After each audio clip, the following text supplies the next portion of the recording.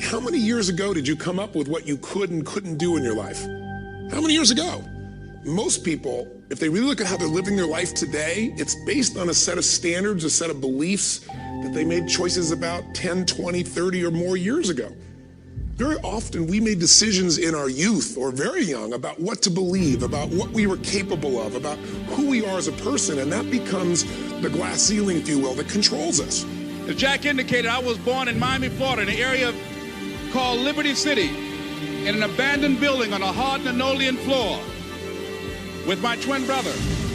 We were 6 weeks of age, we were adopted. When I was in 5th grade, I was identified as EMR, labeled, educable, mentally retarded, put back from the 5th grade into the 4th grade, and stayed in that category until I got out of high school. I don't have any college training, but I met a high school teacher who one day changed my life. I was waiting on another student, and when he came in, he said to me, "Young man, go to the board and write what I'm about to tell you." And I said, I can't do that, sir. He said, "Why not?" I said, "I'm not one of your students." He said, "It doesn't matter. Follow my directions now." I said, "I can't do that, sir." He said, "Why not?" I said, "Because I'm educable, mentally retarded." And he came from behind his desk and he looked at me. He said, "Don't ever say that again.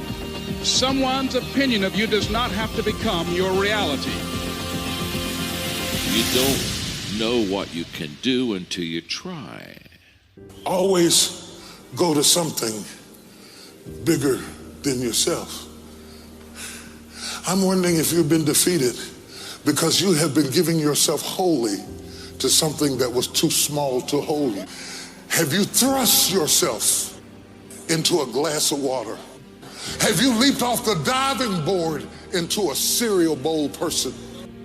Are you not guilty of immersing yourself into things that were too small to hold your vision? So many times you've thrown big ideas at small people. You've given big commitment to cereal bowl people.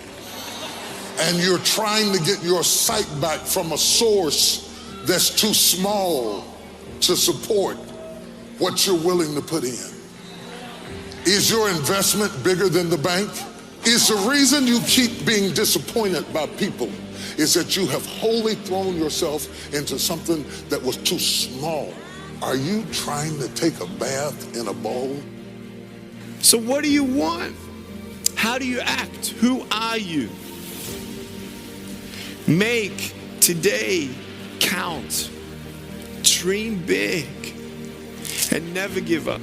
If you really want to win, you'll get unbelievable at getting people to believe you believe it. You will be loaded with certainty from product knowledge to belief to skills, and you will be completely immersed with, I believe, no B plan. No other plan, no nothing out, completely immersed in it. Aside from dunking a basketball or hitting a 100-mile-an-hour fastball, these are things that are limitations to human beings. But average, ordinary people every single day succeed in the business of persuading people. There is no limitation to you being able to do it except those things. In order to be successful, you have to jump. It's hard. You got to jump. It's like you stand on the edge of the cliff. In order to be successful, you got to jump. Everybody in here has to jump. If you don't jump, you can't be successful. The problem is, when you jump, you don't know if the parachute is going to open. So fear freezes you. Fear of failure, you've all heard all this stuff. I just have a different way.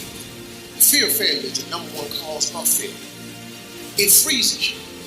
But let me explain something to you. If you don't jump, here's the one thing that's guaranteed. When you jump, you don't know if your parachute will open. But here's a fact. If you don't jump, it ain't opening for sure. It don't open at all.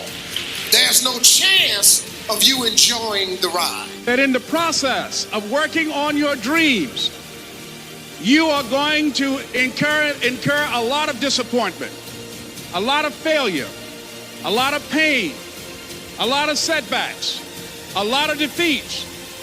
But in the process of doing that, you will discover some things about yourself that you don't know right now. What you will realize is that you have greatness within you. what you'll realize is that you're more powerful than you can ever begin to imagine. What you will realize is that you're greater than your circumstances, that you don't have to go through life being a victim.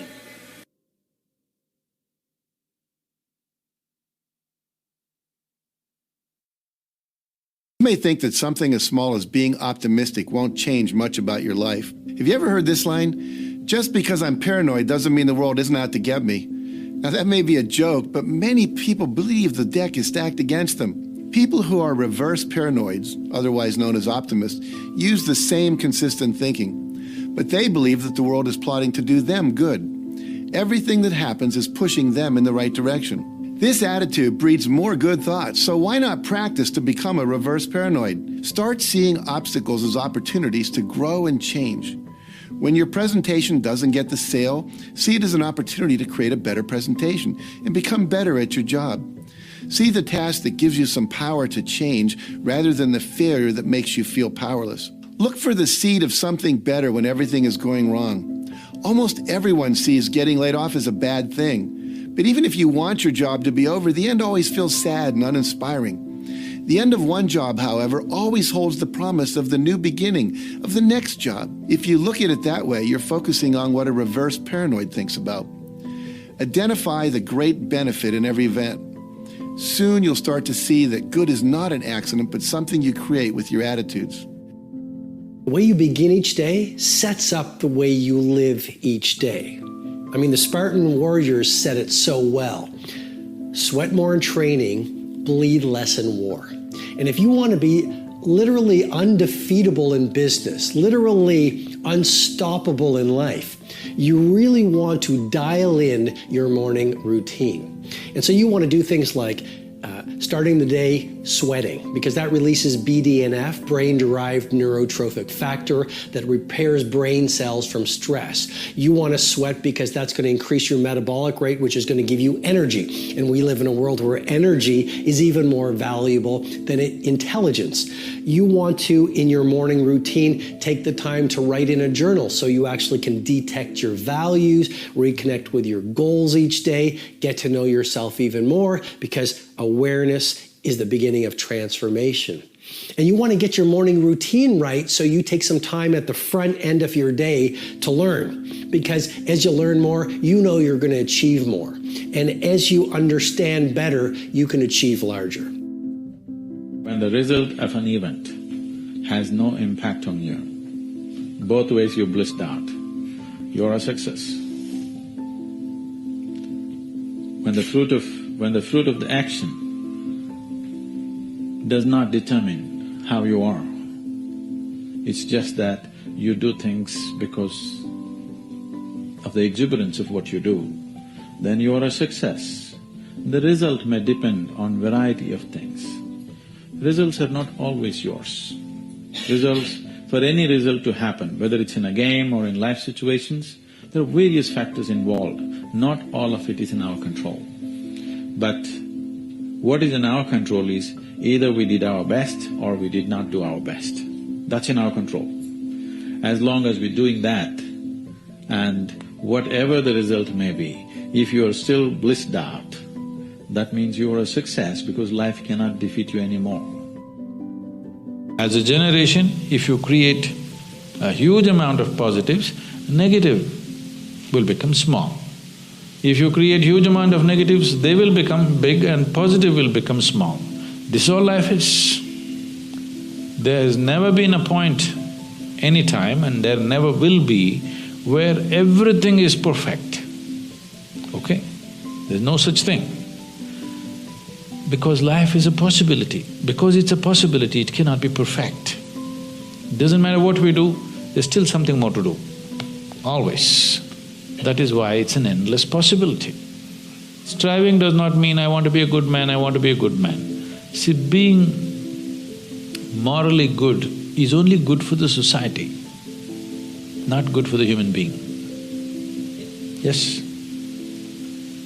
If you're morally correct, it's good for people around you because you're contained, but it's not good for this life. So this life needs a little different kind of nurture. In that context, people in this world or going to strive, before you and me fall dead, in how many people will be set the seed that they will be striving to be a better life than the way they are right now? A little higher expression of life. This is all your focus should be.